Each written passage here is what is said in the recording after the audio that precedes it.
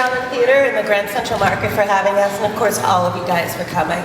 And I want to get right to it. We have a very special guest, Nancy Olson!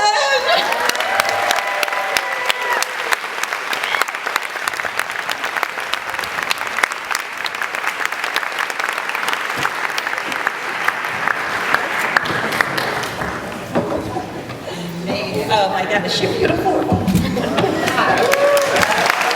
Woo!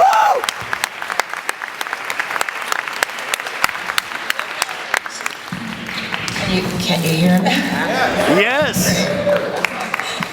Well, I have to tell a quick story about how this happened. It is quite amazing. 2 Fridays ago, I had announced that Sunset Boulevard would be screening in this theater, and I posted it on the internet. 2 hours later, I'm having dinner at Kate Mantilini, and the waiter comes over to me and says, "You'll never believe who's in the restaurant." And I said, "My gosh, who could it be?" Nancy Olson from Sunset Boulevard is here.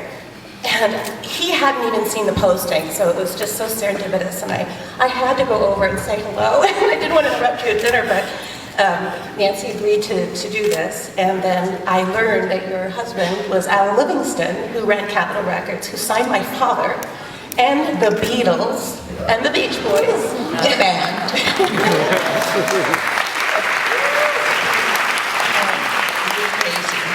So a lot of Hollywood history here, and I'm so happy and honored that you're here. And I guess I'm going to ask you, the very first question is, how many people have seen Sunset Boulevard?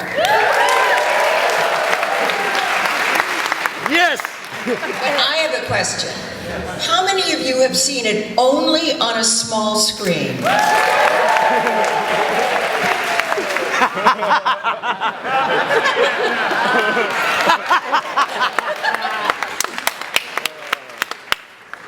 You have to understand that film can be great works of art. And it is amazing for someone, a doctor's daughter from Milwaukee, Wisconsin, to actually find herself making history in one of those films. And Sunset Boulevard has a design, it has a core, it has a truth. All great works of art have truth. A great painting, a great book, they resonate that truth.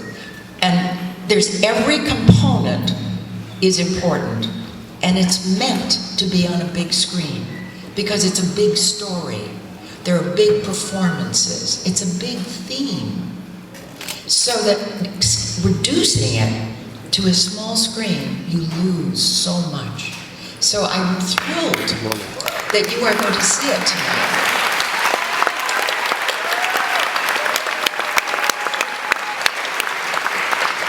As it was designed to be. So I'm just delighted, really. How many people are seeing it for the first time? Not that many. Nancy, how would you describe this movie to someone who hasn't seen it? Well, we'll get to that. Well, then let's just ask, how did you get involved and how were you cast? Well, I think we should start there. Okay. Because I grew up in Wisconsin and went to the University of Wisconsin, but I was always interested in the performing arts. And when I transferred in my sophomore year to UCLA, and I became a theater arts major.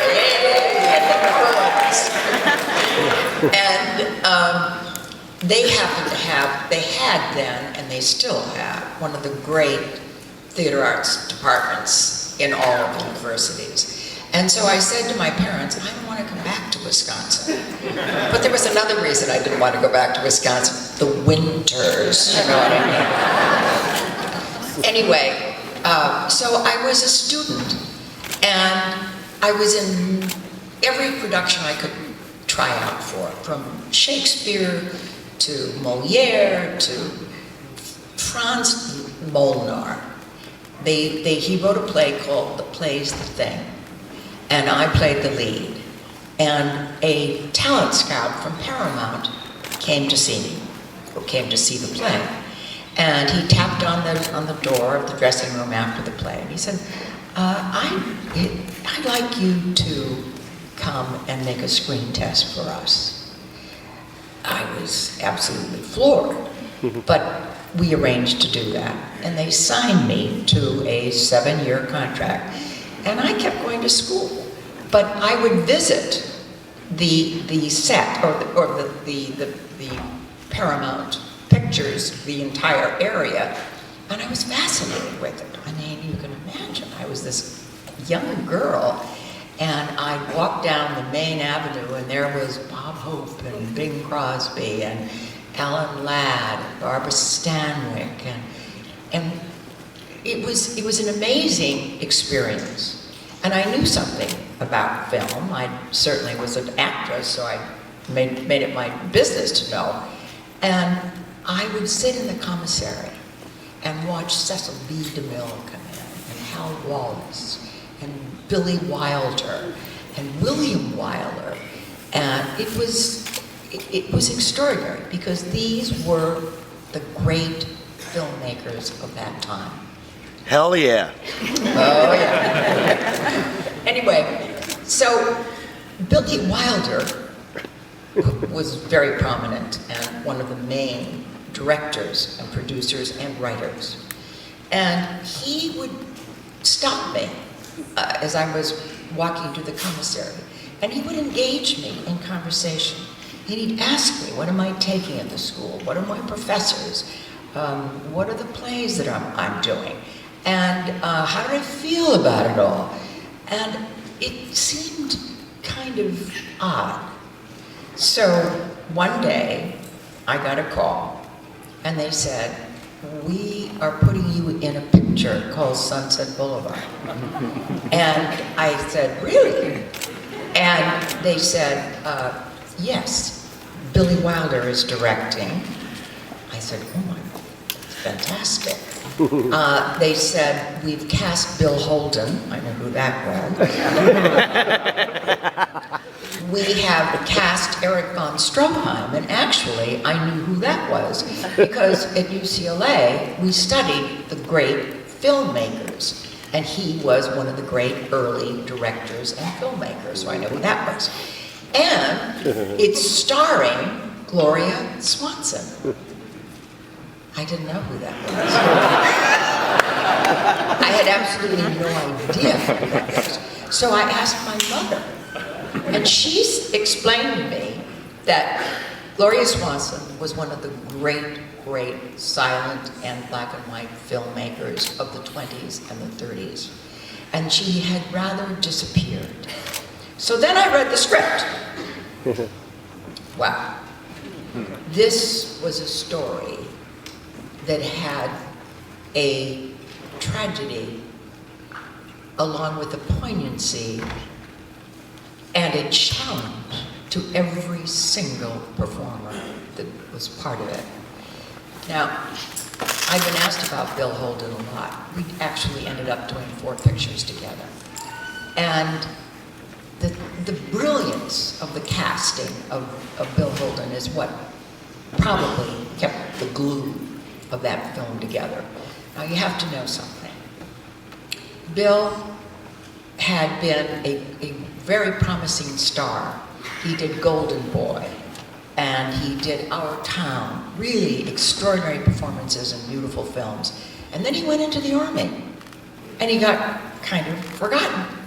So when he came back to Paramount, he was kind of lost. They had him in secondary roles, and he was in a marriage that wasn't really working out.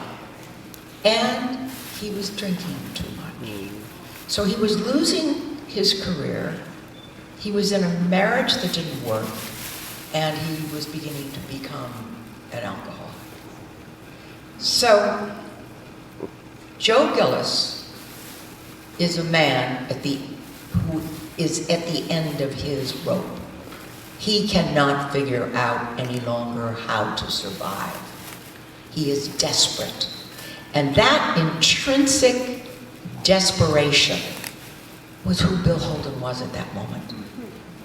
And of course, Sunset Boulevard changed his life because his relationship with Billy Wilder completely it opened up a new world for him and new parts, and he became really a glorious, successful movie star.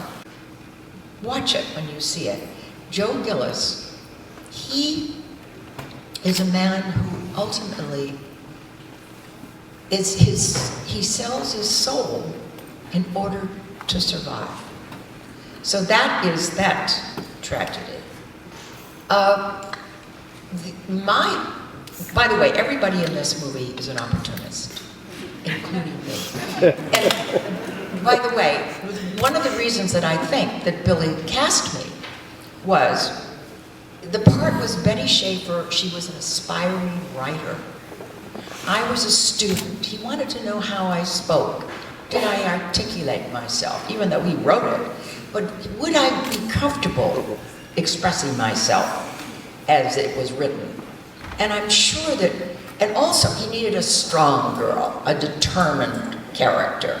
And I had that kind of, So, really, he didn't want me to act. He wanted me to be just myself. He gave me practically no direction whatsoever. I wish he had, actually. It would have helped. Who wouldn't? But he wanted me, just me. To the point where Edith Head, who was the great, I'm going on and on. Is that okay?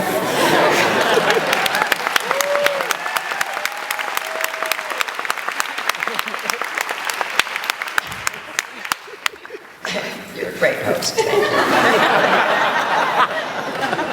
Well, the thing is that Edith Head did the clothes, did the wardrobe. Yeah.